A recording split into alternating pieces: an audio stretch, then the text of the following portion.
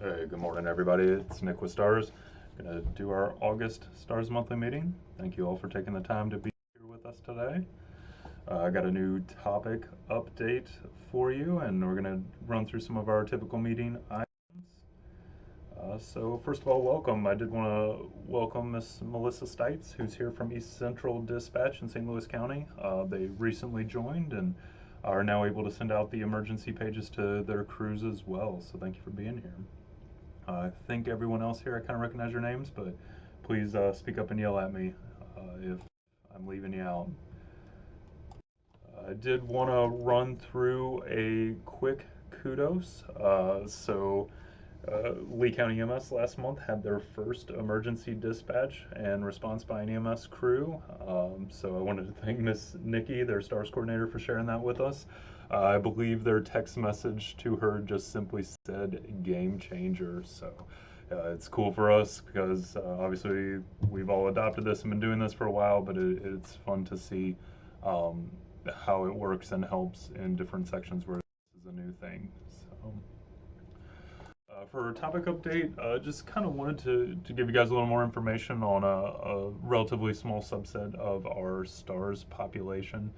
Our patients with hemophilia A, which thankfully you can see is a very small section of the STARS pool. But there has been kind of a trend change in their medications as many of them are getting switched to Hemlibra. And we think this has a little bit of impact for EMS. So, traditionally what these families did was they administered frequent, sometimes biweekly or triweekly doses of factor to help the kids maintain the appropriate level of clotting factor in their systems. And this was done via IV. Families were pretty good at doing it. Sometimes even the patients themselves have become really good at doing this over time. Um, but with the advent of Hemlibra, there is now a sub-Q shot that can be taken biweekly that accomplishes the same goal. And so that's obviously quite a bit preferable for the patient where they just have to take a shot versus start an IV and do it a lot fewer times. For emergencies, they will still have emergency factors. So, if they fall down and have a significant bleed, or they're having swelling in a joint, or possible neurological changes after hitting their head, they will still have the IV emergency factor in the house to be taken in addition to their Hemlibra. And we think that that will probably result in a few more calls for EMS. Kind of talked to my hemophilia treatment coordinator here at Glennon, and while they don't have the data to back that up either, like our strong suspicion is that what we'll see is families are just not going to be nearly as proficient at starting IVs and will rely upon EMS to come help start an IV and administer that emergency factor.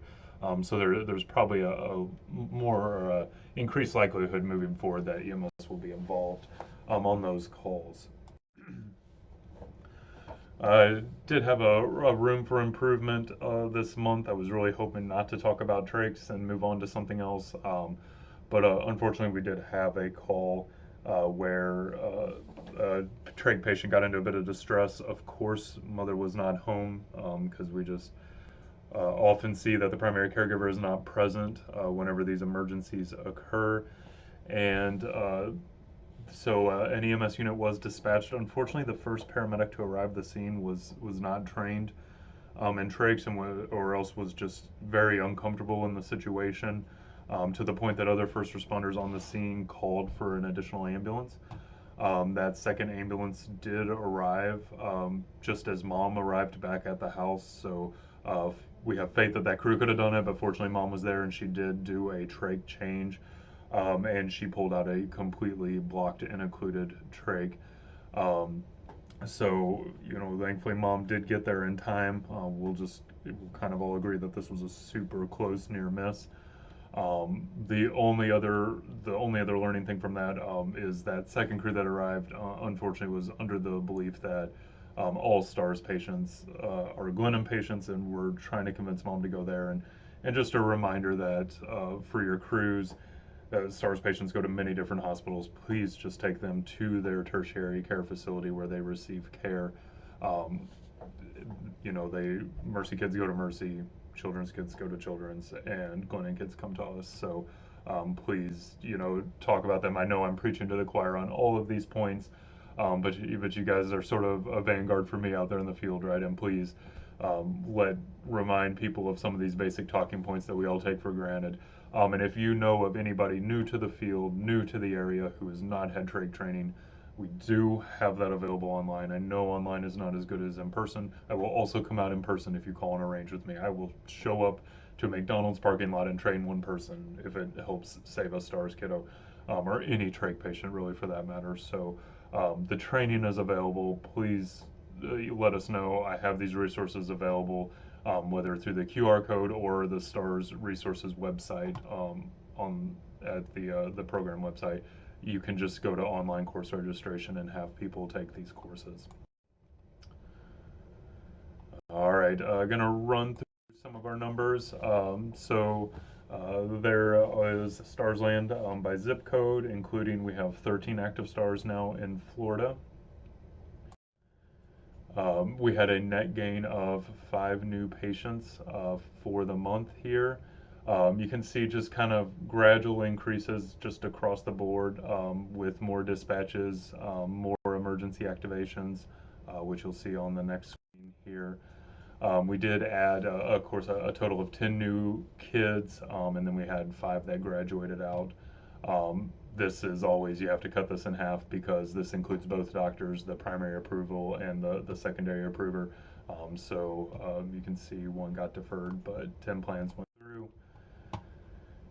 Logins continue once again just to see a slight uptick per month as we go across. I did want to address briefly just this number of never logged in users. I was talking with IT earlier this week, and they just kind of reminded me, that at a certain point we are going to have to do a bit of a user audit and address providers who never logged in. We don't have any current plans to pursue this tomorrow or anything like that, but at a certain point we are going to have to go in and say, hey, in the last year or two, nobody from this account is logged in.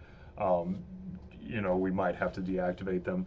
I do have the ability to run reports per service provider, so if you are one of the an agency and you want to look into this, what we can do is give you a report, and maybe what we learn from that is, everybody just logs in under the generic trucks, and you just would prefer to do generic trucks so you don't have to deal with individual logins. Maybe you learn everybody uses their individual and not the generic trucks. And so we can kind of customize this for your agency and what works best for you. So here's my attendance award. I mean, as always, my perennial leaders up here, and just the strong showing from dispatch, which continues to impress us. And obviously next month I hope to welcome East Central to this list as well. As we see dispatch for the month of July, Kim's Dispatch, this was their first month to make this top 10 list, and so kudos to them. Emergency activations, once again, like I said, just a slight uptick from month to month. I think you're going to see more of this. This number might grow a bit more. We did implement our transport team now sends the dispatches to the transport trucks and teams headed out to pick the kids up from critical access hospitals and outlying facilities. So we'll keep our eyes on it, but what we may see is a bit more substantial of an increase as this is taken beyond just 911 responses to include emergency transports as well. We did have 17 transports for the month of July. Many, of course, continuing to go direct to tertiary, which is something we always work on.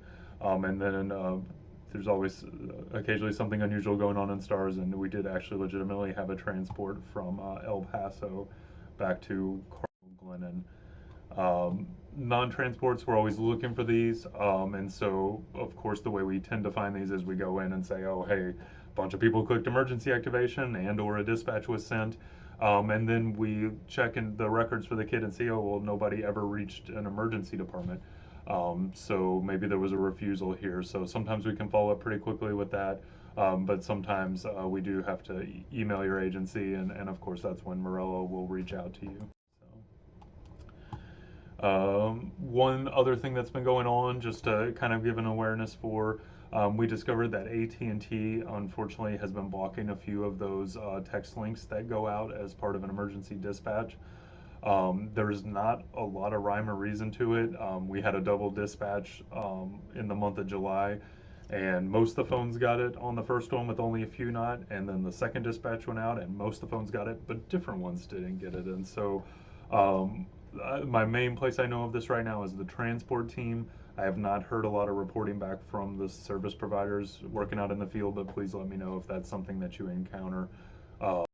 We do have a service ticket in to correct, and just the more evidence and data we provide, the faster we think we can get that resolved. So please let me know if your agency is experiencing that.